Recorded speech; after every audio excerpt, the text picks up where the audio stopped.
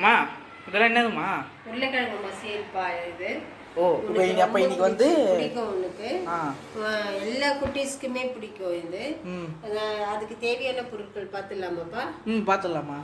உருளைக்கிழங்குப்பா வேக வச்சு உரிச்சு வச்சிருக்கேன். வேக வச்சு தோலை உரிச்சு வச்சிருக்கேன். ஆமாப்பா 3 விசில் கொடுத்து வேக வச்சு உரிச்சு வச்சிருக்கேன்.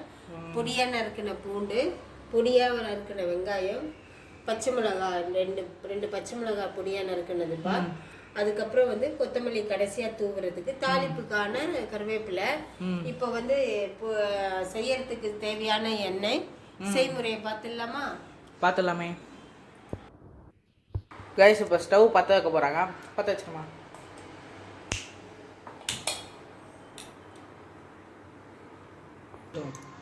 கைஸ் இப்போ கடாயை பற்ற வச்சு எண்ணெய் ஊற்றுறாங்க. கைஸ் 2 கரண்டி எண்ணெய் போடுமா. கடுகு உளுத்த பருப்பு போடுறாங்க தாளிக்கிறதுக்கு. முதல்ல வெங்காயம் போட போகிறாங்க.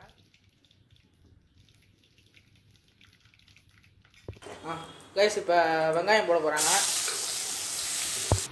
கைஸ் இப்போ கருவேப்பிலை போடுறாங்க.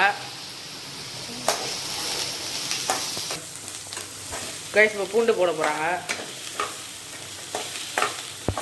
கைஸ் இப்போ பச்சை மிளகாய் போட போகிறாங்க. இப்போ இந்த உருளைக்கிழங்குல மஞ்சள் சேர்த்துக்கணும். சொல்லுங்க. அது வெங்காயம் பச்சை மிளகாய் வதங்கட்டும்ப்பா. அதுக்குள்ள வந்து மஞ்சத்தூளும் உப்பும் போட்டு நம்ம நல்லா பிணைஞ்சிக்கணும்ப்பா. உருளைக்கிழங்கு ஆட் பண்ணிக்கிறாங்க.